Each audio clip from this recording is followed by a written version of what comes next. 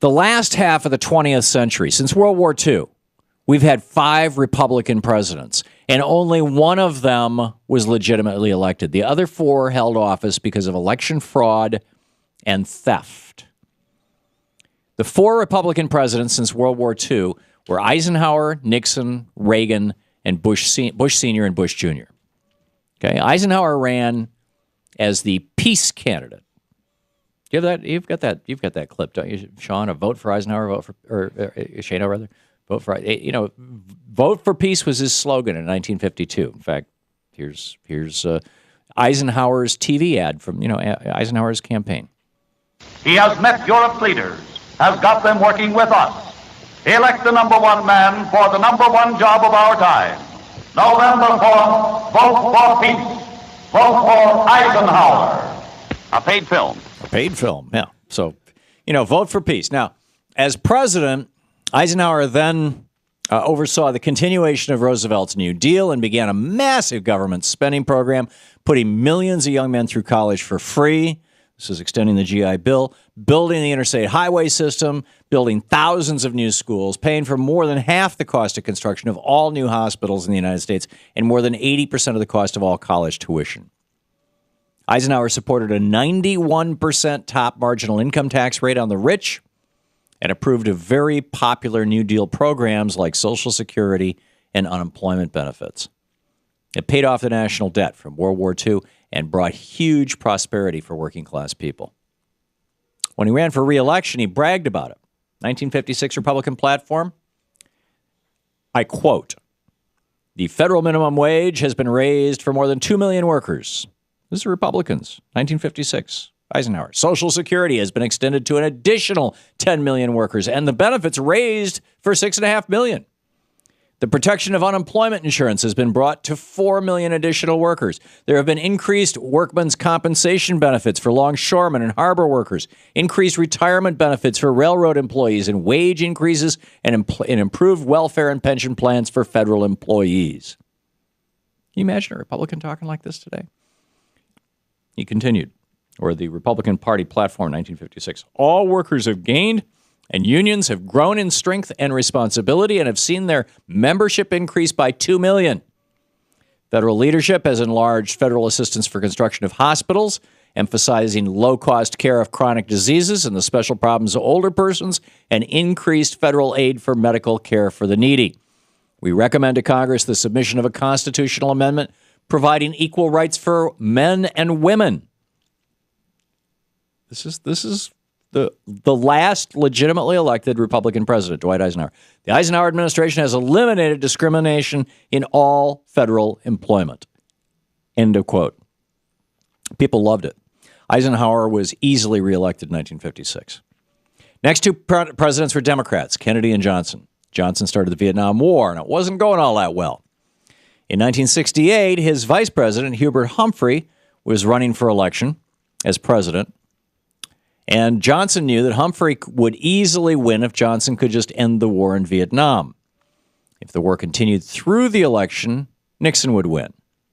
So LBJ cut a deal with the Vietnamese to end the war. And then the CIA brought LBJ a wiretap. Now, LBJ was president. Humphrey, his vice president, was running for president. CIA brings LBJ a wiretap that they'd intercepted between the Nixon for President campaign and the office of the president of South Vietnam, Nguyen Van Thieu. Nixon basically told them that if they refused to go to the peace talks, or at least refused to go along with the peace agreement Johnson had worked out with them, then Nixon would give them a much better deal after the election. LBJ was furious.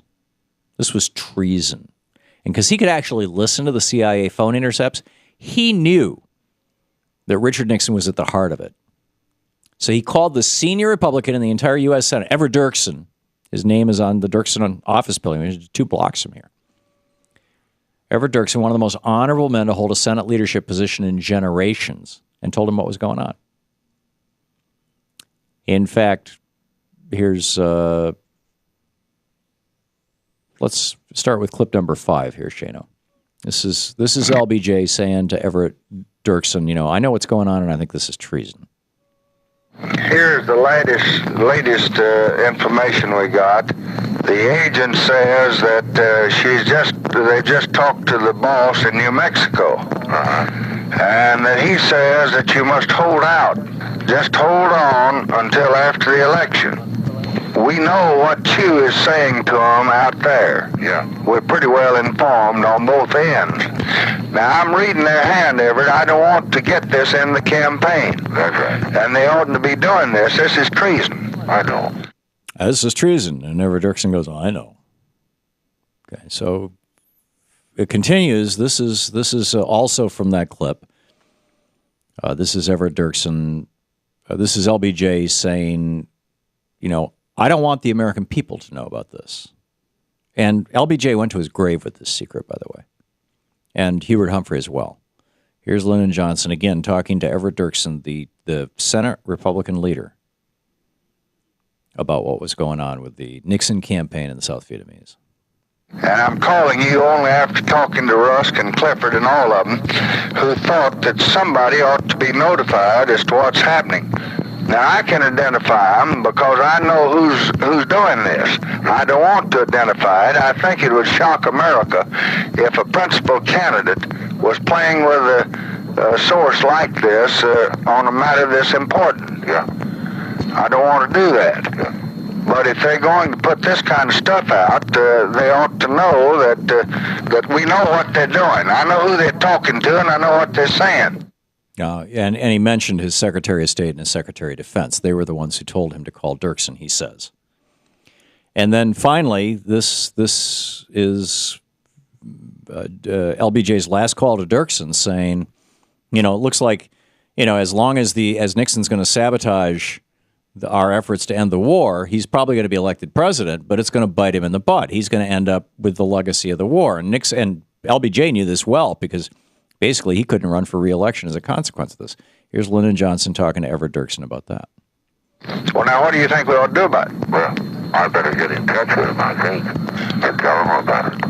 I think you better tell him that his people are saying to these folks that they oughtn't to go through with this meeting. Now, if they don't go through the meeting, it's not going to be me that's hurt. I think it's going to be whoever's elected, and it'd be my guess him. Yeah. And I think they're making a very serious mistake, and I don't want to say this. Yeah. And you're the only one I'm going to say it to. Yeah. So this is pretty straightforward stuff. This is how Richard Nixon stole the election in 1968 by blowing up the peace negotiations with the Vietnam War. Now we've got proof that Reagan stole an election.